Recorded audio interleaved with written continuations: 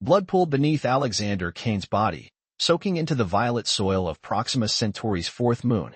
The distant sound of retreating dropships faded as consciousness slipped through his fingers like fine sand. His squad gone. His mission failed. His life ending. The sky above swirled with crimson and amber clouds, casting an apocalyptic glow over the battlefield strewn with the dead.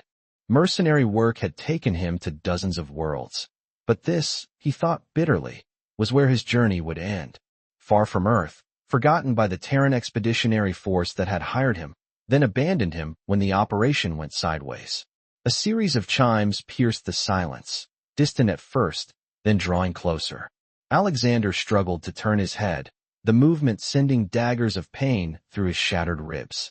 Through blurred vision, he spotted them approaching, tall, live figures moving with predatory grace across the battlefield. The Shayuri, the indigenous warrior tribe his unit had been warned about. They approached in a crescent formation, bodies adorned with intricate bioluminescent markings that pulsed with azure light.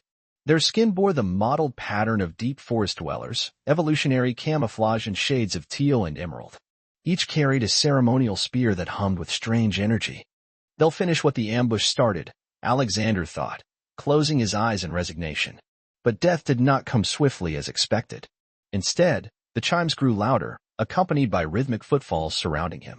When he forced his eyes open again, 7 Shayuri Huntresses had formed a perfect circle around his broken body. The tallest among them, her face marked with luminous sigils of authority, stepped forward. Her eyes, multifaceted like a dragonfly's, regarded him with ancient wisdom rather than malice.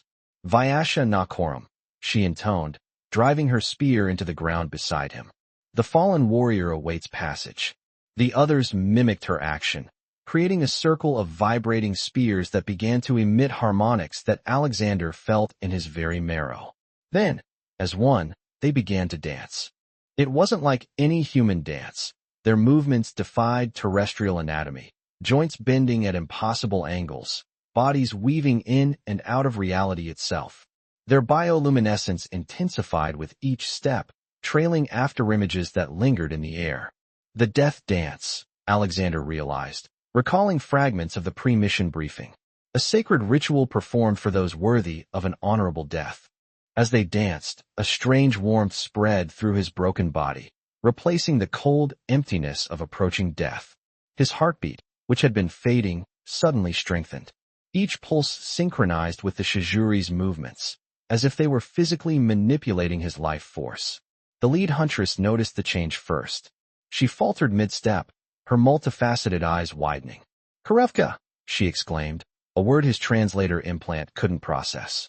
Alexander's vision sharpened suddenly. The pain receded. Energy he couldn't explain flooded his system. Above him, the crimson sky seemed to part, revealing a figure of blinding light descending toward the circle. The Shayuri fell to their knees, prostrating themselves as the light coalesced into a female form of breathtaking, terrifying beauty, part predator, part divine being. "The Natrix comes," whispered one of the huntresses, her voice trembling with awe. The goddess, for what else could she be, hovered above Alexander. She reached down with hands that seemed made of starlight and placed them on his chest. Pain exploded through him, but it was a cleansing agony, burning away weakness. Chosen, the divine presence whispered directly into his mind before dissolving back into the firmament. The lead huntress approached cautiously, her expression a mixture of fear and reverence. "God touched," she said in halting standard English. "You live for purpose." As darkness finally claimed him, Alexander's last thought was that perhaps dying would have been simpler than whatever fate had just claimed him. Consciousness returned to Alexander in waves, each bringing sharper awareness and unfamiliar sensations. He lay on a bed of woven fibers that seemed to pulse with subtle energy. The air carried scents his human brain struggled to categorize, sweet mineral undertones mixed with organic compounds that had no terrestrial equivalent. "The God touched awakens," came a melodic voice. Alexander turned to find a Shayuri woman observing him. Unlike the warriors who had performed the death dance, her bioluminescent markings followed more intricate patterns, concentrated around her hands and temples. Her eyes, 3 of them, studied him with clinical precision. "I am Talitha, healer of the 13th clan," she said, approaching cautiously. "You have slept for 3 cycles while your body changed." "Changed?" Alexander's voice emerged stronger than expected, considering his last memories were of mortal wounds. "See for yourself," Talitha replied, offering a polished obsidian mirror. His reflection startled him. Faint luminescent patterns, similar to Shaziri markings but distinctly different, traced beneath his skin like ghostly tattoos. His eyes had developed a subtle reflective quality, catching light at odd angles. "What did your goddess do to me?" he whispered. "Venatrix marks those she claims," Talitha explained, her fingers hovering just above his chest where the starburst pattern glowed brightest. Never before has she chosen an offworlder. A commotion outside interrupted them. The dwelling's entrance membrane parted as the huntress who had led the death dance strode in, flanked by 2 guards. Up close, her imposing presence was even more apparent, standing over 7 feet tall, her body scarred from countless battles, her markings denoting high rank. "Huntress Mavic," Talitha acknowledged with a respectful gesture. Mavic's multifaceted eyes narrowed. "So the human lives." Her translator rendered her words in clipped standard English. "The elders debate what this means even now." "It means your goddess saved me," Alexander stated, forcing himself to stand despite Talitha's concerned gesture. "Or perhaps you have tricked our goddess," Mavic countered. "No human has ever been worthy of Venatrix's touch. Why would she start with a mercenary who came with those who seek to plunder our world?" Alexander felt something stir within him, knowledge that wasn't his. "The Twilight Hunt approaches," he said, words flowing from somewhere beyond his consciousness. "She needs a champion who understands both worlds." Mavic stepped back, visibly shocked. "How do you know of the Twilight Hunt?" "No outsider has that knowledge." Before Alexander could answer, pain lanced through his body. He collapsed to his knees as his muscles spasmed. Bioluminescent patterns across his skin flared brilliantly. Talitha rushed to his side, placing her hands on his temples. "The transformation accelerates," she explained, her touch somehow soothing the pain. "His body restructures to accommodate Venatrix's gift." "If it is truly her gift," Mavic said skeptically, "prepare him for the validation rite. If he is truly goddushed, he will survive. If not..." She left the implication hanging as she departed. When the pain subsided, Talitha helped Alexander back to the bed. "What's happening to me?" he asked. "Your human form adapts to hold divine essence," she explained, mixing a luminous concoction in a stone bowl. "Most chosen are Shayuri, born with bodies ready to channel such power. Yours must change or break. And this validation, right?" Talitha's expression grew troubled. "A test no false chosen has survived. You will hunt with us, channeling Venatrix's power against the beasts of the deep forest." She offered him the bowl. "This will ease the transition. Either you emerge as something new, or your body fails trying." As Alexander drank the bitter liquid, he caught Talitha studying him with more than clinical interest. Her third eye, he noticed, remained fixed on the starburst pattern over his heart. "Why are you helping me?" he asked. "I'm an outsider, part of the force that threatened your people." "Because," she replied, her voice softening, "in 5 generations of serving as healer, I have never seen Venatrix herself appear during the death dance. Whatever you are becoming, it matters." Dawn broke over the Shaziri forest and shards of emerald light filtered through the canopy. Alexander stood at the village perimeter, dressed in adaptive armor crafted from the shed skin of creatures he had no name for. The past week of preparation had transformed him, not just the continued physical changes as his body incorporated Venatrix's essence, but the martial training that had awakened instincts he never knew he possessed. "You hold the spear incorrectly," came Talitha's voice as she approached. Unlike their previous encounters, she now wore hunter's attire, her healer's markings overlaid with glowing sigils of protection. "You're joining the hunt?" Alexander asked, surprised. "The validation rite requires a witness of appropriate rank." She adjusted his grip on the resonant spear. "As both healer and third-rank huntress, I was chosen." "Volunteered, more likely," he murmured, noting how her hands lingered on his. Over days of treatment, a tentative connection had formed between them. Each time she applied the luminous salves to ease his transformation, he'd caught her watching him with growing fascination. For his part, Alexander found himself increasingly drawn to her grace and intelligence. Huntress Mavic approached with 4 senior warriors. "The Goddutch will prove himself today," she announced, her tone suggesting she expected failure. "The Crimson Stalker has been sighted in the western valleys. If you are truly chosen by Venatrix, bring us its heart crystal." Talitha's third eye widened. "The Crimson Stalker? That is beyond a validation rite's typical challenge." Typical challenges are for typical chosen, Mavic replied coldly. If Venatrix truly favors this human, let him face an adversary worthy of divine intervention. As they departed through the living gate of bioluminescent vines, Alexander felt Talitha's concern. The Crimson Stalker has killed 17 hunters this season, she whispered. Mavic sets you up for failure. Or a victory that cannot be questioned, Alexander countered, feeling strange confidence welling within him. They tracked for hours through terrain that shifted between jungle and crystalline formations. Alexander found his enhanced senses processing information with preternatural clarity. Sense carried stories, subtle vibrations in the ground telegraphed movement miles away. You're adapting quickly, Talitha observed as he identified their quarry's trail before she could point it out. Most newly chosen struggle for months to interpret what Venatrix's gift reveals. Perhaps because I wasn't born to it, he suggested. I have no preconceptions about how these senses should work. Their conversation ceased abruptly when Alexander grabbed Talitha, pulling her behind a crystalline formation. Seconds later, a patrol of armored figures moved through the clearing ahead, humans with Terran Expeditionary Force insignia.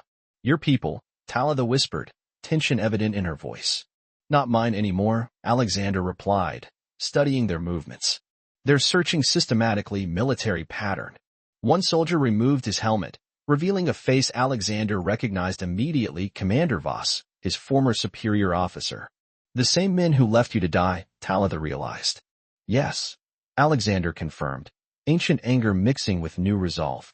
And they're heading straight for the Crimson Stalker's territory. They followed carefully, maintaining distance. As twilight approached, the patrol set up a defensive perimeter near a massive cave entrance glowing with unearthly light. The Stalker's lair, Talitha whispered. They seek to capture it. Before Alexander could respond, the ground trembled. From the cave emerged a creature of nightmare, 12 feet of segmented crimson armor and pulsing internal light. The soldiers opened fire, their weapons barely scratching its carapace. Now, Alexander said, feeling power surge through his transformed body. We take advantage of the chaos. As the Crimson Stalker tore through the soldiers, Alexander felt something unexpected, sympathy for his former comrades, despite their betrayal. But more potent was his drive to complete the validation rite, to cement his place among the Chasseurs, to earn his place beside Talitha. The Crimson Stalker's heart crystal pulsed between Alexander's hands, bathing his face in ruby light. 3 days had passed since the validation rite, since he had slipped past the dying soldiers, and, with Talitha's assistance, executed the perfect hunt. The massive predator now adorned the central pole of the Chasseurs village, its carapace a trophy that had silenced even Mavic's doubt. The final transformation approaches, Talitha said, entering his dwelling without announcement, a familiarity that had become common between them. Tonight's ceremony will complete what Venatrix began. Alexander set aside the crystal. In the flickering light, Talitha's presence affected him more powerfully than ever. The past days had deepened their connection as she guided him through Chasseurs customs and beliefs. What had begun as clinical interest had evolved into something neither could deny. You're staring, she observed, a ripple of luminescence betraying her emotions as it cascaded across her skin. I'm wondering if I'm still human enough for what I'm thinking, he replied honestly. Her 3 eyes held his gaze. The chosen retain their original nature, she said softly, moving closer. Enhanced, but not erased. When she touched his chest where the starburst marking glowed brightest, Alexander felt the last walls between them crumble. Their kiss bridged worlds, her skin cool against his, her bioluminescence brightening to match his own growing radiance. As healer and patient, guide and student, they had circled each other cautiously. Now their orbits collapsed into singular gravity. Later, as they lay intertwined in the living fibers of his bed, a commotion outside drew their attention. Shouts and the distinctive hum of energy weapons shattered the night's peace. They dressed hurriedly, emerging to chaos. A squad of TEF soldiers had breached the village perimeter, led by a figure Alexander recognized with cold dread, Commander Voss. Ah, the prodigal mercenary, Voss called out, spotting Alexander. Looking rather transformed. Mavic stood with her hunters in defensive formation. You bring weapons into sacred ground, she snarled. Leave or die. We've come for what's beneath your village, Voss replied calmly. The artifacts your people have been hoarding. And it seems my insurance policy worked perfectly. Insurance policy? Talitha asked, glancing between the commander and Alexander. Voss smiled coldly. Why do you think we left came behind? Random casualty? No. Our intelligence indicated the Shazuri perform rituals over dying warriors. We gambled that you'd do the same for him, giving us an inside man, whether he knew it or not. The revelation hit Alexander like physical pain. Had his entire transformation been orchestrated? Was Venatrix's choosing merely the unexpected outcome of a calculated military strategy? He lies, Alexander insisted, seeing doubt cross Talada's features. I knew nothing of this plan. Perhaps not consciously, Voss conceded. But you were always the perfect candidate. Your genetic profile showed unusual adaptability. Help us access the temple beneath this village, Kane. That's why we brought you to this moon in the first place. Mavic turned her accusatory gaze on Alexander. Is this true, Goducht? Were you placed in our path? Before he could answer, the ground beneath him trembled. The central village shrine began to glow with intensity matching Alexander's own markings. Something ancient was awakening, responding to the confrontation. The twilight gate stirs, Talada whispered in horror. It hasn't opened in generations. Voss smiled triumphantly. Exactly as predicted. The presence of a transformed human catalyst activates the alien technology. Seize him. As soldiers advanced, Alexander felt power surge through his transformed body, but also doubt. Had everything, his survival, his transformation, even his feelings for Talada, been manipulated from the start? Dawn painted the devastated Shasuri village in harsh light. The night's battle had left scorched earth and broken bodies, both human and Shasuri. Alexander knelt beside Talada's unconscious form, her luminescence dangerously dim, life essence seeping from a wound that refused to close. Her third eye is shattered, Mavic said grimly, approaching despite her own injuries. Without it, the healer cannot channel sufficient energy to repair herself. Around them, surviving warriors tended to the wounded. Commander Voss and his remaining soldiers had retreated to the forest's edge after Alexander's unexpected display of power had decimated their front lines. Now they regrouped, waiting. The temple beneath us, Alexander said, pieces finally connecting. It's not Shayuri technology, is it? It's something older. Mavic nodded slowly. The Forerunners built it long before our ancestors evolved. Venatrix was once their guardian, a biological construct that transcended her programming to become our goddess. And she's been waiting for someone like me, Alexander realized. A bridge between species. The Huntress studied him. Perhaps Voss did place you in our path. Perhaps it was his plan. But Venatrix chose you for reasons beyond his understanding. The question remains, what will you choose? Alexander looked down at Talada, at the woman who had guided him through transformation, who had shown him belonging he'd never known among his own kind. His decision crystallized. Help me move her to the temple in trance, he commanded. At the center of the village, they removed the ceremonial coverings, revealing an ancient doorway inscribed with symbols that matched Alexander's evolved markings. As he approached, the patterns across his skin flared in response. What do you intend? Mavic asked. To complete what Venatrix started, he replied. Not as a tool for either side, but as her true chosen. The door recognized his approach, opening to reveal a chamber of living crystal and impossible technology. At its center stood a pillar of light, Venatrix's true form, the intersection of organic life and advanced science. Alexander carried Talada to the central altar, laying her gently upon it. From the forest's edge came sounds of the TEF forces advancing for their final assault. Keep them back as long as you can, he told Mavic, who nodded and departed with her warriors. Alone with Talada and the goddess presence, Alexander knelt and began to move. Not the warrior's stance of human combat, not even the hunting forms the Shasuri had taught him. Instead, his body remembered the death dance he had witnessed as he lay dying. Each movement unlocked greater power, his luminescence intensifying until his human form seemed merely a vessel for pure energy. The starburst over his heart expanded, connecting with the temple's systems and with Venatrix herself. This was always my purpose, he realized. Not a weapon, not a spy, but a catalyst for something new. As his dance reached its apex, Alexander placed his hands on Talada's wounded form. Energy transferred between them, his life force strengthening hers, his third eye, the one that had been developing unseen beneath his human brow, opening fully to replace her shattered one. Outside, the sounds of battle ceased as blinding light erupted from the temple, expanding outward in concentric rings. When it reached the TEF forces, their weapons failed, their communications died. When it touched the wounded Shas-Yuri, their injuries began to heal. Talitha's eyes opened, all three of them, to find Alexander transformed beyond recognition yet more himself than ever before.